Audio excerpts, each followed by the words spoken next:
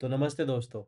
स्वागत है आपका हमारे इस छोटे से चैनल में जहां आज हम स्टार्ट करेंगे स्विफ्ट सीखना।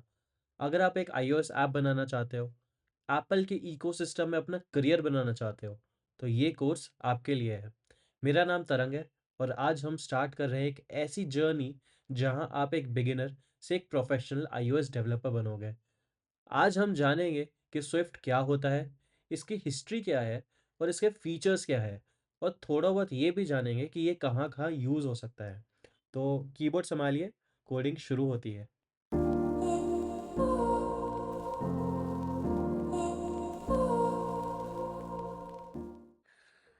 तो चलो हिस्ट्री से शुरू करते हैं।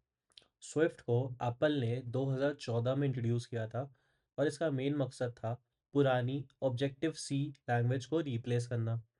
ऑब्जेक्टिव सी पावरफुल तो थी, लेकिन वो थोड़ी पुरानी और कॉम्प्लेक्स सिंटैक्स वाली थी।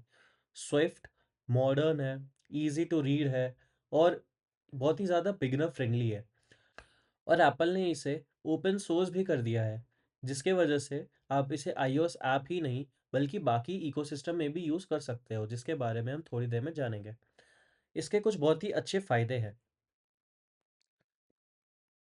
जैसे कि ये बहुत सेफ है।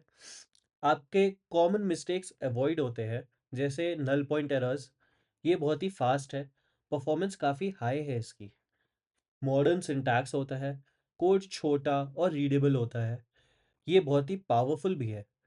आप छोटा से छोटा स्क्रिप्ट लिखो या बड़ा से बड़ा कॉम्प्लेक्स ऐप, स्विफ्ट संभाल लेगा। ये क्रॉस प्लेटफॉर्म भी प्रोवाइड करती है। एप्पल डिवाइसेस के साथ साथ लिनक्स और विंडोज़ पे भी यूज़ हो सकती है। तो अब हम देखेंगे कि स्विफ्ट का यूज़ कहाँ होता है। आप स्विफ्ट को iOS ऐप्स जैसे कि iPhone, iPad, Mac OS apps जैसे कि MacBooks, iMacs, TV OS apps जैसे कि एप्पल टीवी और वॉच ओएस ऐप जैसे कि एप्पल वॉच में भी यूज़ कर सकते हो। अब आज हमने देखा कि स्विफ्ट का जन्म कैसे हुआ और इसका मैजिक क्या है और ये इसे कहाँ कहाँ यूज़ कर सकते हैं। अब हम लोग देख लेते हैं कि हम लोग इस प्लेलिस्ट में क्या क्या सीखेंगे।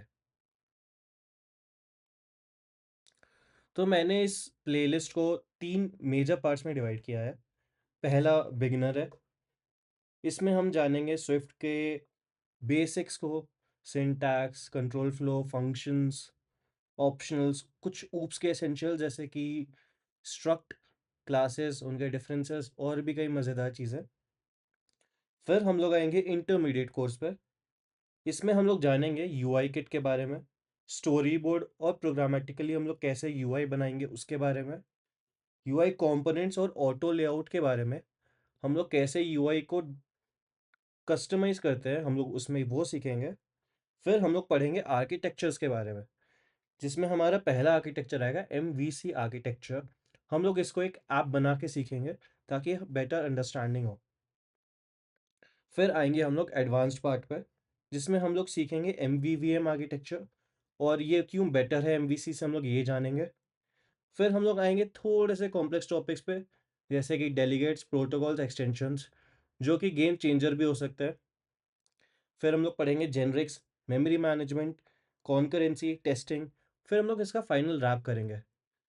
तो अगले लेक्चर में हम जानेंगे एप्पल के इकोसिस्टम के बारे में और समझेंगे यूआई किट और एमवीसी आर्किटेक्चर के थोड़े से इंट्रो के बारे में। तो अगर आपको ये वीडियो पसंद आई तो लाइक करें, सब्सक्राइब करें, बेल आइकन दबाना ना भूलें।